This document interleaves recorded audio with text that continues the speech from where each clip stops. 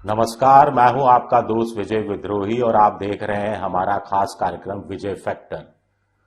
तो सुना है कि प्रशांत किशोर और प्रियंका गांधी की मुलाकात हुई है। सुना यह भी जा रहा है कि ये मुलाकात पिछले कुछ दिनों में ही हुई है और संभवतः ये मुलाकात दिल्ली में हुई है।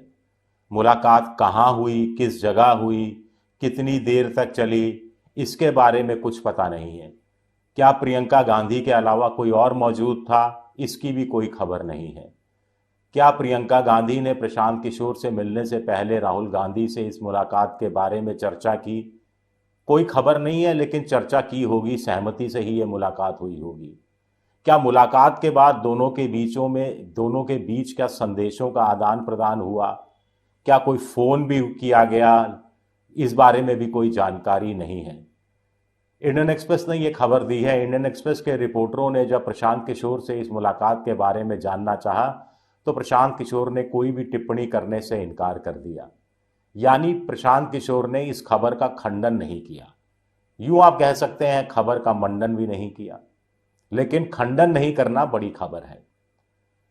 दोनों तरफ के सूत्रों का कहना है कि इस मुलाकात को बहुत ज्यादा सिग्निफिकेंस नहीं माना चाहिए, ज्यादा इसको तवज्जो नहीं दी जानी चाहिए। ऐसा दोनों पक्ष क्यों कह रहे हैं? क्या भला औपचारिक किस्म की बात हुई? क्या दिल्ली में प्रदूषण को लेकर बात हुई?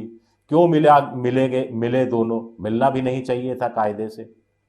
अब दो पॉलिटिकल पार्टीज के बड़े नेता अगर मिलते हैं और गुपचुप तरीके से मुलाकात होती है तो कई सवाल उठने स्वाभाविक ही हैं।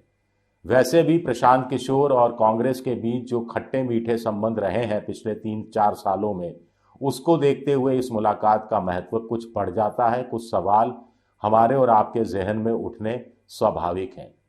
अभी बिहार में जब विधानसभा चुनाव चल रहा था तो प्रशांत किशोर पीके के निशाने पर कांग्रेस भी थी, खासतौर से राहुल गांधी थे।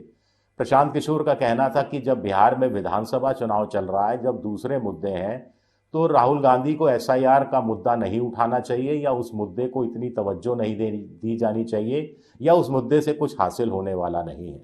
हालांकि प्रशांत किशोर को जो अर्श पर या फर्श पर की बात कर रहे थे, वो धड़ाम से फर्श पर जा गिरे थे।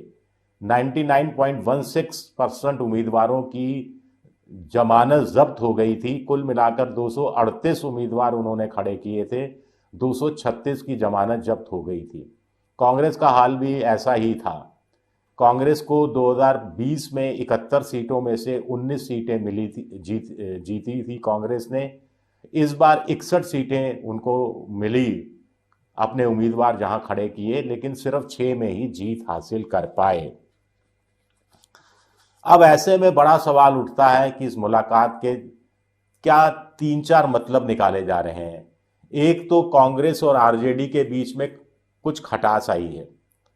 कांग्रेस के प्रदेश के नेताओं का कहना है कि कांग्रेस अगर अलग से चुनाव लड़ती तो संगठन को भी मजबूत बनाती और ज्यादा सीटें ले जाती। एकला चलो रे की बात कही जा रही है। हालांकि कुछ लोग कहते हैं कि अभी 2030 में अगला विधानसभा चुनाव होगा, 2029 में लोकसभा के चुनाव होंगे।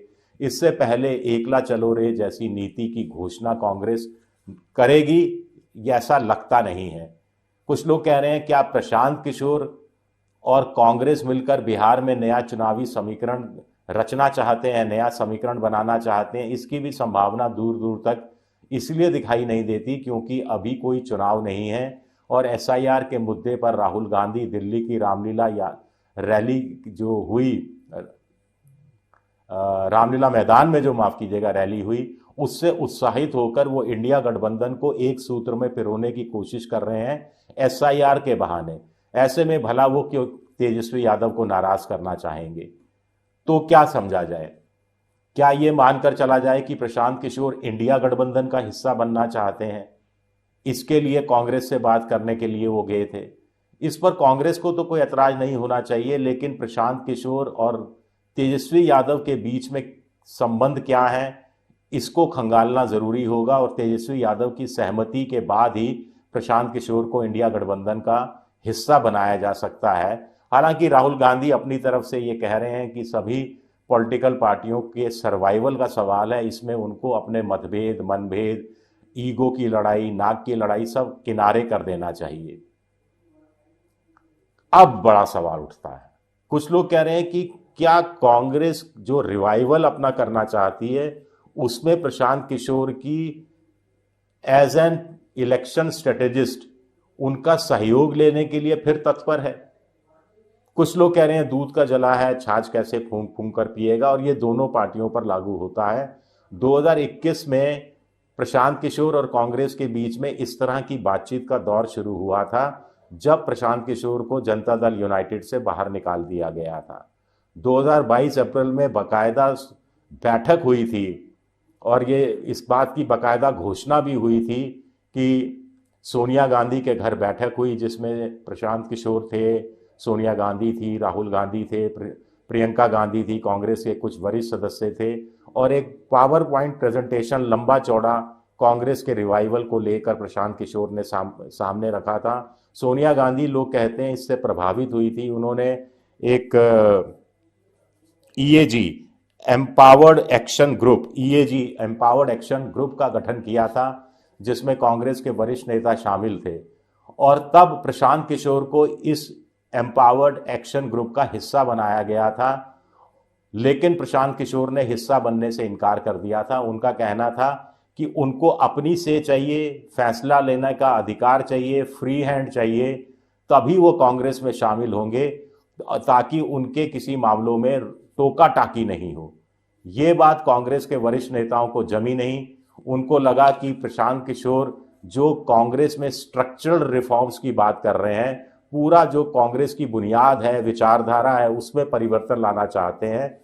ऐसा करना कांग्रेस के लिए हो सकता है आत्मघाती कदम हो, और फिर प्रशांत किशोर पर बहुत ज़्यादा भरोसा भी नहीं किया जा सकता।